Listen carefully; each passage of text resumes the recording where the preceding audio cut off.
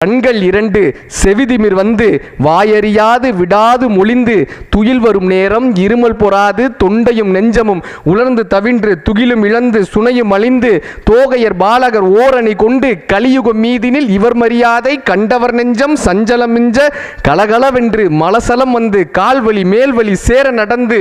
தெளிவுமின்றி உரைதெடுமாறி சிந்தையும் நெஞ்சமும் உலர்ந்து தவின்று தினமும் அலைந்து தினமும் அடைந்து தேரினல் ஆதரவு எதுவென நொந்து